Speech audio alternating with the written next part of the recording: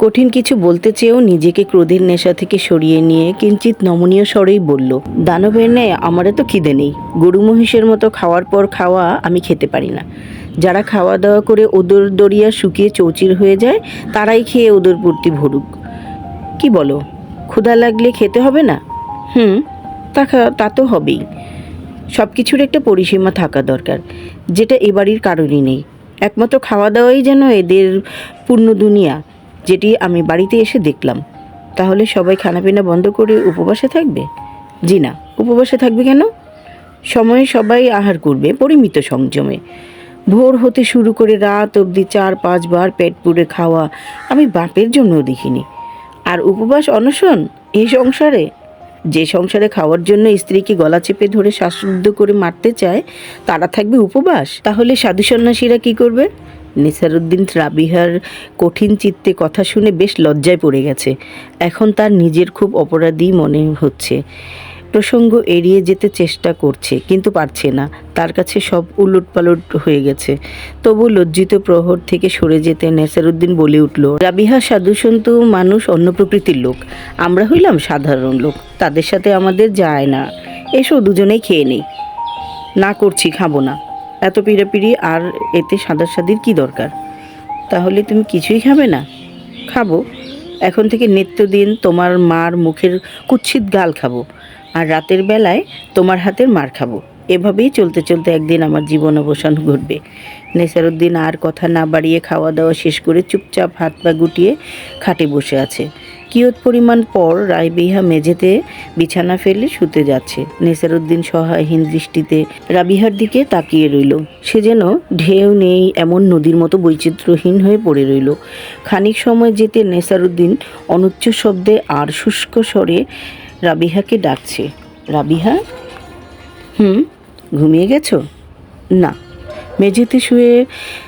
মেঝেতে শুতে গেলে কেন? খাটে এসে শোও। আমার খাটে শুতে ভালো লাগছে না। কেন? খাটে শুতে আমার ঘেন্না হচ্ছে, আবার ভয়ও লাগছে। ঘেন্না না হয়ে লাগছে বুঝলাম, কিন্তু ভয় কেন? তোমার সেদিনের হিংস্রতা আমার মনে প্রচণ্ড ঘৃণা, ভয় আর অবিশ্বাস জন্মেছে।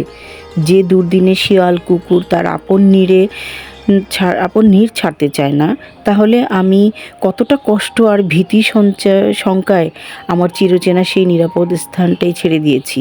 খামোখা এত রাতে আমাকে আর হাঁকডাক দিও না। নেসারউদ্দিন সজল চক্ষু দুটি তুলে আস্তে আস্তে বলল, রাবিহা, সত্যি সত্যি সেদিনের ঘটনায় আমার মাথা ঠিক ছিল না। হঠাৎ করে মা যেভাবে কেঁদে কেঁদে আমার কাছে তার কষ্টের কথাগুলি শোনালো, সে সময় আর নিজেকে ধরে রাখতে পারিনি। সেবেলায় সত্যিই তোমার সাথে আমার অন্যায় হয়েছে। ভালোই হলো, তোমার মার 16 কলা পূর্ণ হয়েছে। কি করে? উনি কখনো চায় না তার ছেলে ও ছেলের বউ মিলে মিশে থাকুক। উনি চায় সবসময় কোনো না কোনো ঝামেলা লেগেই থাকুক, কোনো সন্তান সন্ততি না হোক, ঝগড়া বিবাদ লেগেই থাকুক। বরঞ্চ আমরা দুজন দুই কুলেই থাকি, তাতে তোমার মার স্বপ্নটা পূর্ণ হবে। তারও পরিশুদ্ধি খাটুনি কম হবে। খাটুনি মানে? আমি বুঝলাম না। মা আবার কি খেটে কাজ করে? প্রতিদিন অপ্রয়োজনে ভোরে উঠে কল ঘরে ঢুকে ঘুরে দেখবে কোন ছেলের বউ স্নান করেছে, কার ঘর দ্বারে কোন ছেলের বউয়ের ভেজা কাপড়, আজ কার চুলের খোপা ভিজে আছে, এই নিয়ে সারাবেলা তার মুখ নাড়ানাড়ি আর ঘাটাঘাটির শেষ নেই। এটি কি কোনো সুস্থ মানুষের কাজ, নাকি খচ্চর খবিশের কাজ? নেসারউদ্দিন রাবিহার মুখে তার মার অদ্ভুত আর আজব কাজের বিবরণ শুনে বড়ই স্তম্ভিত হয়ে মাথা হেঁট করে রইল। থইহারা নদীর টেরা বাঁকা গতিপথ চেনা যায় তার খরস্রোতের ঢেউয়ের রেখে যাওয়া দুধারে বালুময় তীর দেখে। সংসারে নারীর অতল রহস্য বোঝা বড়ই দুর্বেদ্য। তবু সে সংসার নামক এক মায়াময় উদ্যানের কাণ্ডহীন বৃক্ষ, কারণে অকারণে শূন্যে ভেসে আসা রহস্য ঘন এক উদ্ভিদ যেন অদৃশ্যের বিচিত্র রঙের তরুলতার ঘোর প্যাচে পড়ে সে হয় এক রহস্যপূর্ণ নারী। ভাদ্র মাস, সকাল 10টা বাজে। চারদিক সূর্যের প্রখর তেজ, তীব্র তাপে গাছপালা মিটিয়ে গেছে। তৃষ্ণার্ত পশু পাখি গাছের ডগায় থেকে দল বেঁধে নেমে জলাশয়ে তীরে ভিড় জমিয়েছে গা ভেজানোর জন্য। রাবিহা বাড়িতে একা, সালেহা বেগম বাড়ি নেই। দুদিন হলো সে দূর সম্পর্কের আত্মীয়ের বাড়ি বেড়াতে গেছে। আজ পুরো বাড়ি নিস্তব্ধ আর নীরবতা বিরাজ করছে। রাবিহা এই তপ্ত গরমের মধ্যেই উঠোন ঝাড়ু দিচ্ছে, কপাল বেয়ে তার ঘাম ঝরছে। কিছুক্ষণ পর সে আবার দুপুরের রান্না করবে। ঘর ঘর থেকে ওয়াহিদ আলীর খটখট কাশির শব্দ আসছে। সে কোথাও বেরোবে, কাপড় চোপড় গোছাচ্ছে। ওয়াহিদ আলী বেশ কয়েকবার রাবিহাকে ডেকে বলছিল, তার মৃদু শব্দের ডাক রাবিহা শোনেনি। এবার উচ্চ আওয়াজ ফুটিয়ে রাবিহাকে ডাকছে, রাবিহা, রাবিহা, ও রাবিহা। রাবিহা দ্রুত ওয়াহিদ আলীর ঘরে চলে এসে হাঁপিয়ে হাঁপিয়ে উদ্বেগ কণ্ঠে তার শ্বশুরকে জিজ্ঞেস করছে, বাবা আমাকে ডেকেছেন? কি করছো? এত হাঁপাচ্ছ কেন? আহা, গরমে দেখি তোমার শরীর ঘামে একদম ভিজে গেছে। খুব কাটাকাটি হচ্ছে বুঝি না মা? এখন আরাম করে আমার সামনে একটু বসো তো। বাবা আপনি কোথাও যাচ্ছেন? হ্যাঁ মা, কিছুদিনের জন্য এক জায়গায় ঘুরতে যাচ্ছি। মনটা ভীষণ খারাপ লাগছে। ঘুরতে গিয়ে যদি একটু ভালো লাগে। বাবা আপনি কোনো আত্মীয় স্বজনের বাড়িতে যাবেন? না মা, কোনো টিষ্টির বাড়িতে যাচ্ছি না, এবার এক অনাত্মীয়ের বাড়িতেই যাচ্ছি। রাবিহা তোমাকে কিছু বলি, হয়তো সময় আর নাও পেতে পারি। কেন বাবা? মারে, হায়াত মৌতের কথা বলা যায়? বেরিয়ে গেলাম, দেখা গেল রাস্তায় আজরাইল ডাক দিয়ে নিয়ে গেল। বাবা আপনি বাড়িতে না থাকলে এ বাড়িতে আমি বড়ই শিকড়হীন মানুষ হয়ে পড়ব। হয়তো কোনো ঠুনকো হাওয়া আমাকে উড়িয়ে নিয়ে যাবে নিমিষেই। রাবিহার কথা শুনে ওয়াহিদ আলীর দু চোখ ভিজে আসছে। নিজেকে সামলাতে চেষ্টা করছে।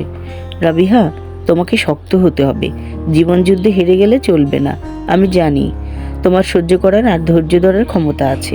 তাছাড়া আমি এই সংসারে একজন শরণার্থী মানুষ হয়ে গেছি। আমার কথা শুনতে চায় না।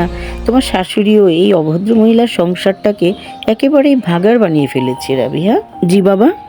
একটা কথা বলি, আমার ছোট ছেলেটা অত শিক্ষিত হতে পারেনি, ওর কোনো সহি বোধ জ্ঞান নেই। আমার স্ত্রী ওর মাথাটা পুরোই ধুলাই করে ফেলেছে। আমার মনে হচ্ছে মা, তোমার ভাগ্যাকাশে আমি ঘোর অন্ধকার ঝড়ের আভাস পাচ্ছি। এ ঝড়ে তুমি টিকে থাকতে পারবে কি না আমি জানি না। বাবা এ নিয়ে তো আমি ভাবছি না। আপনি ভাত খেয়ে বেরোবেন না? না রে মা, এখন ক্ষুধা নেই। তাই বলে আপনি খালি মুখে যাবেন? কিছুক্ষণ আগে তার চা বিস্কুট খেয়েছি, এতেই চলবে। শোনো মা, আমার তেমন কোনো গচ্ছিত অর্থকড়ি নেই। তুমি এ বাড়িতে বউ হয়ে এসেছো, অনেক দিন হলো। তোমাকে কিছু একটা দেবো বলে ভাবছি, আর দেওয়া হয়নি।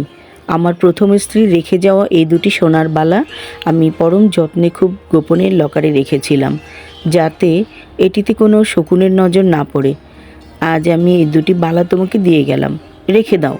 জীবনের কঠিন পদে বিপদে কাজে লাগবে।